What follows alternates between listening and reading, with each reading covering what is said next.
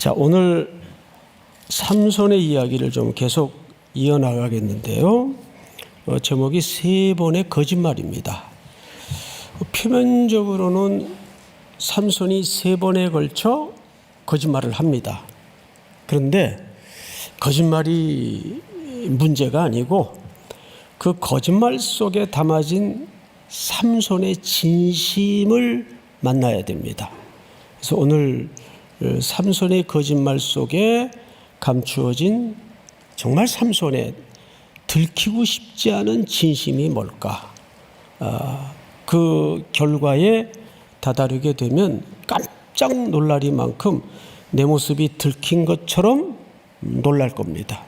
그래서 우리는 오늘 6절서부터 본문이 잡혔지만 1절부터 차근차근 삼손의 이야기를 따라가다 보면 하나님의 큰 은혜 앞에 다시 마주치는 결과를 보게 되겠죠. 1절을 제가 읽겠습니다.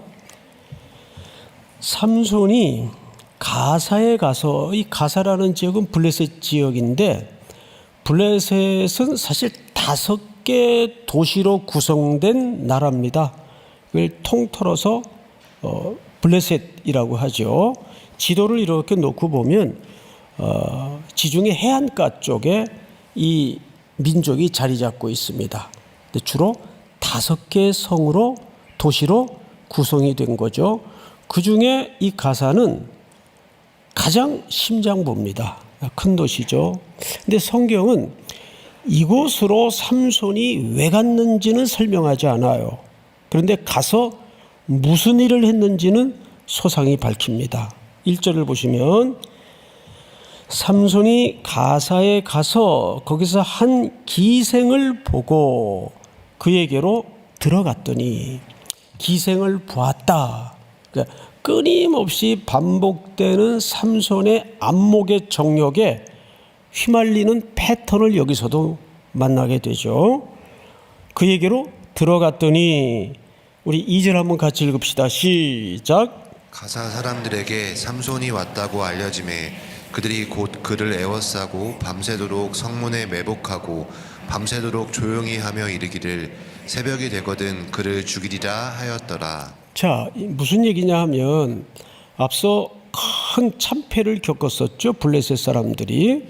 그래서 이번에는 그런 실수가 재현되거나 반복되어서는 안 되겠다 하고 전략을 짠 겁니다. 밤새 그 기생집 근처에 매복을 해요.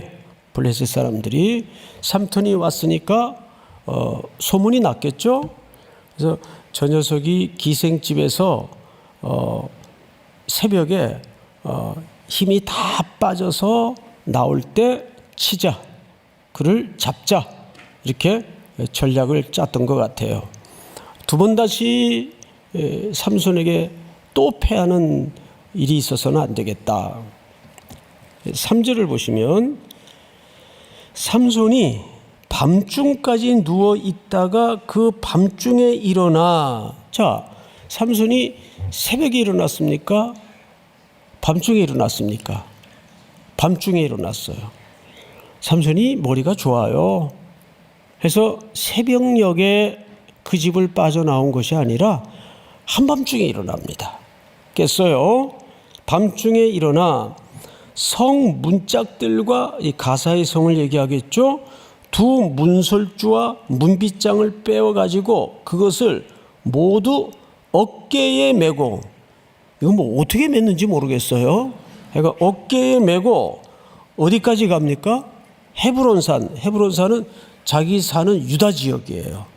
그러니까 이 거리를 재보니까 무려 62km에서 65km 정도 되는 거리입니다. 그리고 헤브론 산지까지 갔어요. 유다 땅에서 가장 높은 험지입니다. 이곳은 갈렙도 그 헤브론 산지를 요구한 적이 있었죠. 여호수아서에 보면. 자, 그런데 60km가 넘는 이 먼 거리를 성 문짝 메고 들보 메고 문빗장 거는 것까지 메고 거길 올라간 거예요. 밤새. 이걸 이제 달밤의 체조라 그래요. 달밤의 체조. 그러니까 이건 괴력입니다. 어마어마한 신비스러운 힘을 강조하는 거예요. 자, 그러면 이게 도대체 오늘 그냥 단순히 삼손의 그 초인적인 능력을 설명하기 위한 이야기 장치일까? 그렇지 않다는 거죠. 이것은 블레셋에게도 메시지가 있고 자기 동족 유다 쪽에도 메시지가 있는 겁니다. 블레셋 쪽에는 다시는 너희에게 우리가 억압되거나 항복하는 일은 없을 것이다.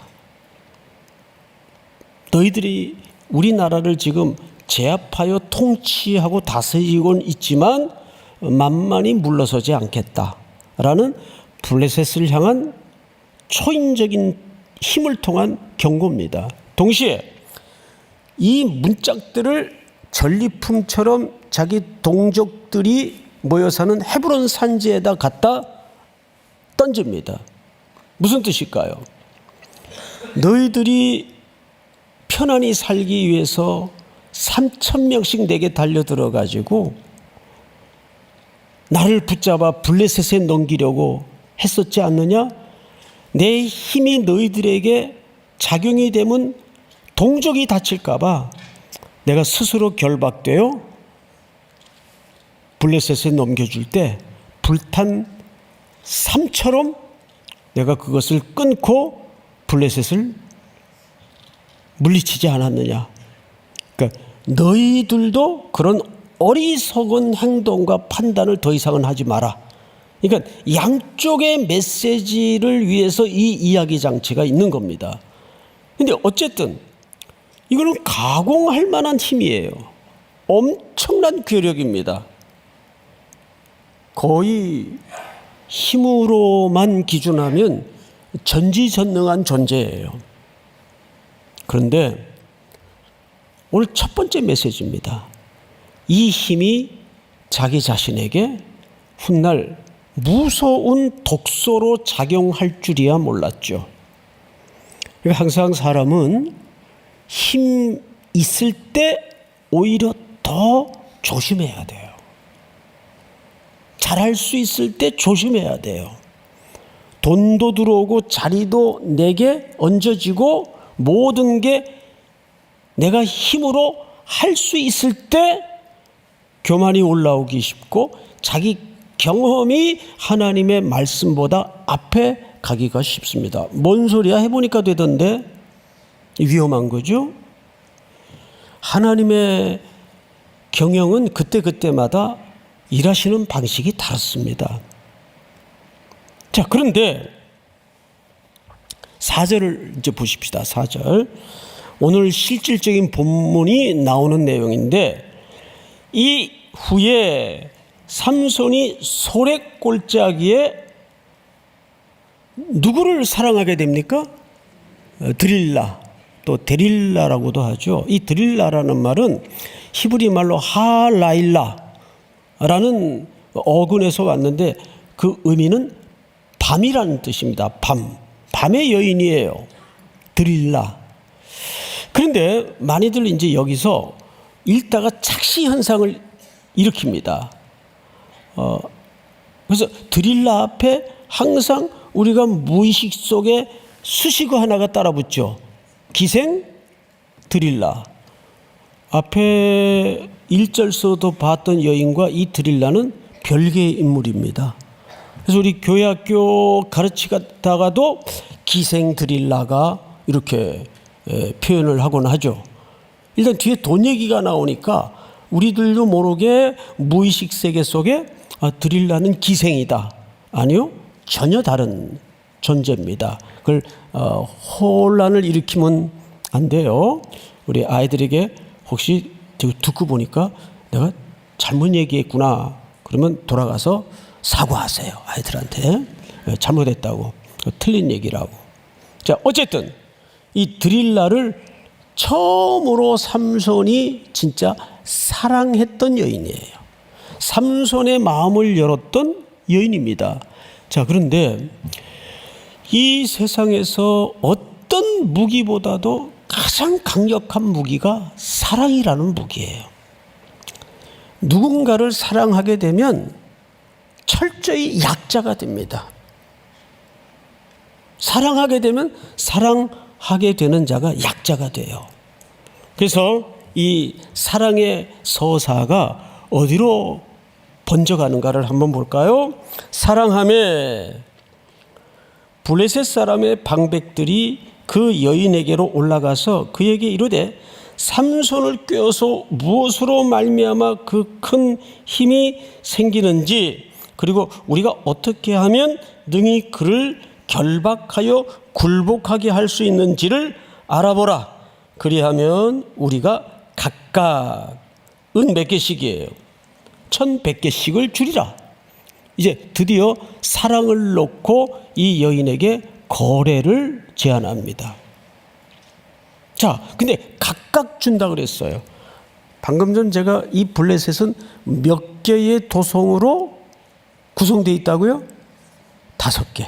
그러면 1,100개씩이면 곱하기 5하면 5,500개 은을 준다고 제안을 한 겁니다. 한 사람의 목숨값으로는 천문학적인 숫자예요. 그 정도로 삼손이라는 존재는 블레셋에게는 절대 제거돼야 될 존재였습니다. 그래서 이 블레셋 사람들이 드릴라의 집에 가서 드릴라에게 제안을 했던 것은 이 드릴라는 블레셋 여인이라는 것이 정설입니다. 어쨌든 그 제안이 받아들여져요. 5,500개 은을 준다니 놀라운 것은 삼손은 이 여인을 사랑했는데 여인은 삼손을 사랑한다는 묘사가 1도 기록되어 있질 않습니다. 이게 가장 비참한 상황이죠. 이미 삼손은 사랑의 눈이 멀어서 앞서 많은 여인들과 행했던 그런 패턴을 여기서도 반복하고 있습니다. 그러나 이 여인은 특별히 들라는 삼손의 그 사랑을 볼모로 자기의 욕망을 채워나가고 있습니다. 성경을 다시 보십시다. 6절 다 같이 한번 읽겠습니다. 시작. 들릴라가 삼손에게 말하되 청하건대 당신의 큰 힘이 무엇으로 말미암아 생기며 어떻게 하면 능히 당신을 결박하여 굴복하게 할 수 있을는지 내게 말하라 하니. 여인의 제안에 등장하는 단어를 잘 보세요. 어떻게 하면 능히 당신을 어떻게 해요? 결박하여. 그 다음에 어떻게 해요? 굴복하게 할 수 있는지는 내게 말하라. 자, 굴복하게 할 수 있는지 내게 말하라. 이게 말이 됩니까? 이 표현은 블레셋 사람들이 찾아와서 이 여인에게 제안하던 똑같은 단어를 이 여인이 똑같이 그것도 누구에게 사용하고 있어요? 자기 연인 삼손에게 사용하고 있어요. 어떻게 이럴 수가 있어요? 근데 삼손은 그 얘기를 들으면서도 계속 사랑의 포로가 되어서 거짓말을 하기 시작합니다. 자, 여기에서 방금 이런 말씀을 드렸었어요. 그 초인적인 괴력과 힘을 가진 삼손에게 그 힘이 뭐가 되었다고요? 독소가 돼요. 삼손이 이런 소리를 버젓이 들으면서도 거짓말을 해가면서 이 여인을 자기 곁에 두고 자기도 그 옆에 머물기를 원했던 것은 어떤 심리가 작용했을까요? 이 성경은 굉장히 디테일하게 그 심리의 그 밑바닥을 드러내고 있는 겁니다. 너희가 아무리 그래도 내 힘 앞에 무슨 계략으로 뭔 짓을 해도 어떻게 나를 굴복시키고 어떻게 나를 결박한다는 이야기냐? 자신이 있었던 거예요. 왜? 힘이 있으니까. 그 자신이, 이게 교만이죠. 그러니까 그 초인적인 힘이 삼손의 인생에 계속 교만하게 만드는 독소가 되는 거예요. 그래서 청년 때 재벌이 되는 게 제일 위험하죠. 제일 위험한 거예요. 일찍 성공하는 거 제일 위험한 거예요. 너무 성공을 위해서 다름질하지 마세요. 자, 7절을 한번 볼까요? 삼손이 이제 첫 번째 거짓말을 해요. 삼손이 그에게 이르되 만일 마르지 아니한 새 활줄 7으로 나를 결박하면 내가 약해져서 다른 사람과 같으리라. 자, 첫 번째 거짓말에 뭘 사용합니까? 새 활줄 7으로 나를 묶으면 내가 다른 사람과 같으리라. 여기 이제부터 삼손이 내뱉는 거짓말 속에 그의 진심이 묻어 있는데 그걸 여러분들이 마지막 세 번째 거짓말에서 확인이 될 겁니다. 도대체 삼손은 왜 이런 거짓말을 하는 걸까? 그리고 이 거짓말 속에 삼손의 어떤 진심이 담아져 있을까? 두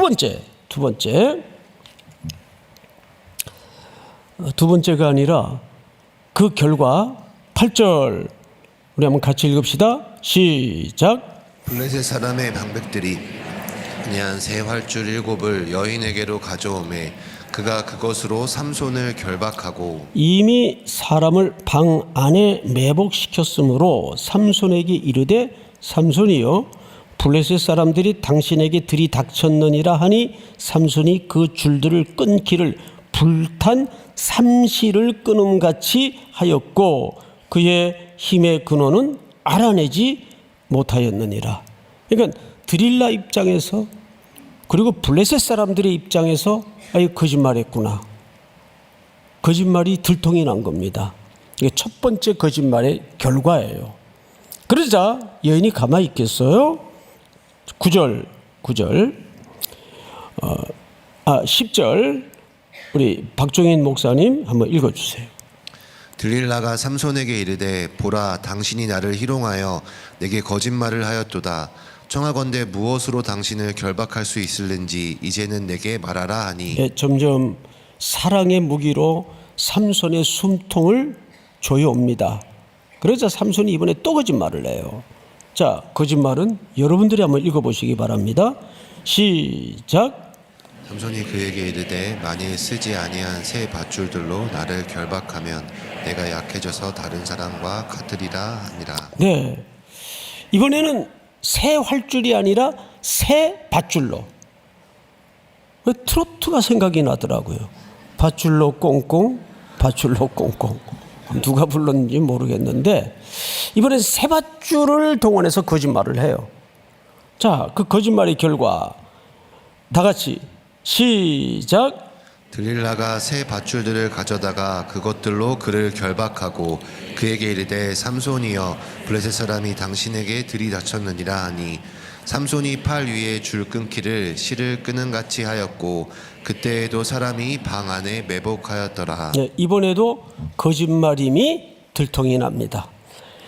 13절 들릴라가 삼손에게 이르되 당신이 이때까지 나를 희롱하여 내게 거짓말을 하였도다.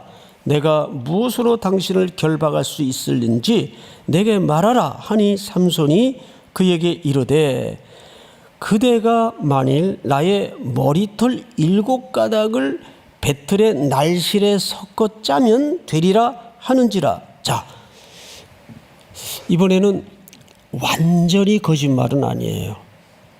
왜? 머리털이 나오죠. 그 머리털과 뭘 섞어 짜면? 성경에 보니까 배틀의 날실에 섞어 짜면. 자, 머리털은 삼손을 정의하는 본질적인 거예요. 유다를 대표하는 본질적인 하나님의 백성을 머리털로 묘사합니다. 삼손의 것이니까, 삼손이니까. 그런데 배틀의 날실은 뭡니까? 이질적인 것이에요. 이질적인 것은 이 당시에 블레셋 문화와 블레셋 가치관을 얘기합니다. 자, 이 둘을 섞어 짜면 이라고 제안을 합니다. 그러니까 이것은 반은 맞고 반은 거짓말이에요. 이게 점점 삼손의 심리를 조여오는 삼손의 고민이 여기에 슬쩍 묻어나옵니다. 자, 성경을 다시 보십시다. 14절 다 같이 시작. 들릴라가 바디로 그 머리털을 단단히 짜고 그에게 이르되 삼손이여 블레셋 사람들이 당신에게 들이닥쳤느니라 하니 삼손이 잠을 깨어 배틀의 바디와 날씨를 다 빼내니라. 여기 바디라는 말은 말뚝이란 뜻입니다. 이 번역할 때 좀 이걸 고쳐서 쓰면 더 이해가 좋았을 텐데, 말뚝에다가 머리털과 또 날실, 배틀의 날씨를 섞어서 묶어 놓았던 거죠. 그것을 다 빼요. 바디와 날씨를 다 뺍니다. 15절 여러분 시작. 들릴라가 삼손에게 이르되 당신의 마음이 내게 있지 아니하면서 당신이 어찌 나를 사랑한다 하느냐. 당신이 이로써 3번이나 나를 희롱하고 당신의 큰 힘이 무엇으로 말미암아 생기는지를 내게 말하지 아니하였도다 하며 날마다 그 말로 그를 재촉하여 조름에 삼손의 마음이 번뇌하여 죽을 지경이라. 여기 번뇌하여 죽을 지경이라는 말은 놀라운 언어 플레이입니다. 이 말은 사실상 하나님의 심정을 표현할 때 쓰여졌던 용어예요. 이스라엘 백성들이 끊임없이 반복해서 하나님을 배반하고 우상숭배에 빠져 있을 때 그 자기 백성을 바라보시던 하나님의 심정이었어요. 근데 그 용어가 여기에 똑같이 쓰여짐으로써 삼손을 고발하는 내용이면서 동시에 삼손이라는 인물을 투영시켜서 이스라엘의 지금의 상태를 사실상 고발하는 내용이에요. 자, 그리고 이제 거의 다 왔어요. 17절 우리 찬양대원들만 시작. 삼손이 진심을 드러내어 그에게 이르되 내 머리 위에는 삭도를 대지 아니하였나니 이는 내가 모태에서부터 하나님의 나시린이 되었음이라. 만일 내 머리가 밀리면 내 힘이 내게서 떠나고 나는 약해져서 다른 사람과 같으리라 하니라. 네, 드디어 17절에서 삼손의 진심이 드러납니다. 이렇게 얘기를 해요. 나는 원래 나실인으로 구별이 되었고 내 머리에는 삭도를 댄 적이 없습니다. 그리고는 3번의 삼손의 거짓말 속에 찬송의 후렴처럼 똑같은 표현이 계속 나와요. 뭐죠? 여러분 눈치챘어요? 어떤 표현이 계속 나옵니까? 다른 사람과 같이 평범하게 될 것이다. 이 3번 다 등장을 해요. 확인 들어갑니다. 7절 내가 약해져서 다른 사람과 같으리라 나오죠? 또 11절 삼손이 그에게 이르되 만일 쓰지 아니한 세밧줄로 나를 결박하면 내가 약해져서 다른 사람과 같으리라 하니라. 이제 진심을 드러내면서 나는 나실이니라. 나면서부터 머리에 그래서 삭도를 댄 적이 없다. 내 머리털이 밀리면 다른 사람과 같으리라 하니라. 그리고 18절 들릴라가 삼손이 진심을 다 알려줌으로 사람을 보내어 블레셋 사람들의 방백들을 불러 이르되 삼손이 내게 진심을 알려주었으니 이제 한 번만 올라오라 하니 블레셋 방백들이 손에 은을 가지고 그 여인에게로 올라오니라. 자, 다 같이 19절 시작. 들릴라가 삼손에게 자기 무릎을 베고 자게 하고 사람을 불러 그의 머리털 7가닥을 밀고 괴롭게 하여 본즉 그의 힘이 없어졌더라. 자, 이제 앞을 보십시다. 다 됐어요. 삼손이 진심을 드러내면서 자기의 신분을 정확히 얘기해요. 나는 나실인이라. 나면서부터 머리에 삭도를 댄 적이 없다. 그러면서 이 머리털이 밀리면 내 힘도 평범한 사람들처럼 되리라. 이거를 거짓말을 할 때마다 의도를 드러냅니다. 자, 우리는 여기서 자기가 그렇게 되면 해가 될 줄 알면서도 의도를 드러내요. 이것은 무서운 초인적인 힘이 그를 교만한 인간으로 만들었습니다. 동시에 여기에 들키고 싶지 않은 삼손의 진심이 드러나요. 뭐가 되고 싶은 욕망이죠? 평범한 삶을 살고 싶은 욕망이에요. 우리도 그럴 때가 있어요. 내가 괜히 예수는 믿어가지고 이러지도 못하고 저러지도 못하고 마음대로 놀지도 못하고. 제가 오래전에 대학 청년부들을 지도할 때 회장인데 봄이었어요. 이런 봄이었어요. 봄은 원래 날씨가 변덕이 많습니다. 근데 목사들이 제일 좋아하는 날씨가 어떤 날씨인 줄 아세요? 비는 안 오는데 하늘이 꾸물꾸물한 날씨. 어디 놀러 가기도 좀 기분이 그렇고 비는 안 오니까 핑계로 교회 빠질 수도 없고 교회나 가자. 이런 날씨를 가장 좋아합니다. 근데 그날은 바람도 상쾌했고 오랜만에 기온도 올라서 포근한 주일이었습니다. 하늘을 보니까 하늘이 청명해요. 아주 쨍한 날씨였습니다. 햇빛도 찬란했고. 그랬더니 회장 되는 녀석이 제가 뒤에 있는 줄 모르고 앞에 이렇게 지나가다가 날씨 더럽게 좋네. 그 한마디가 뭘 얘기하고 싶은지 여러분 감 잡으셨죠? 회장이니까 어디 도망 다닐 수도 없잖아요. 그러니까 날씨 더럽게 좋네 그러더라고. 여러분 신앙생활을 하다 보면 우리도 삼손 같아요. 무슨 뜻인가 하면 내가 그래도 목사인데 담임 목사인데 어떻게 주일날 빠져요? 응? 빠지고 싶을 때가 있을까요? 없을까요? 예? 없다고요? 많아요. 그러면서 한켠 이런 생각을 하네요. 우리 성도들이 주일날 그렇게 주일 성수하고 신앙생활을 지키면서 헌신하고 봉사할 때 보면 가끔 아내가 그런 얘기를 합니다. 여보, 우리가 성도들이었다면 저렇게까지 할 수 있었을까?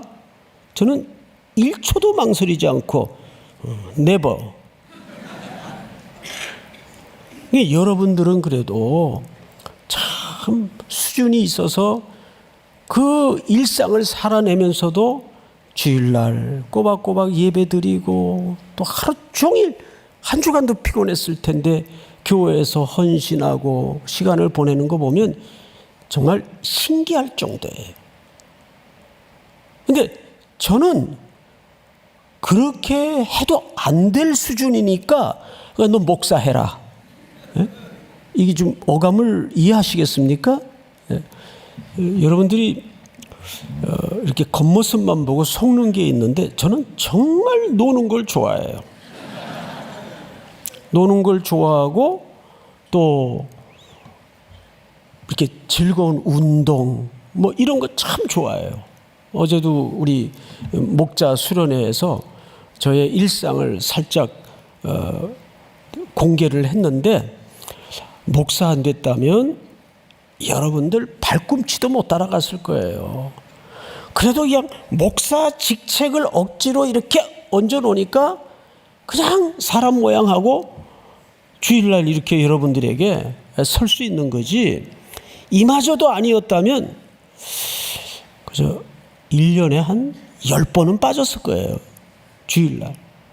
그러니까 무슨 얘기를 하고 싶은 건가 하면 신앙생활을 하다 보면 우리가 이 신앙생활 자체가 짐이 될 때가 있어요. 삼손이 그런 거예요. 내가 괜히 나실일은 돼가지고 내가 언제 하겠다 그랬나? 태어나 보니까 나실일이래. 응?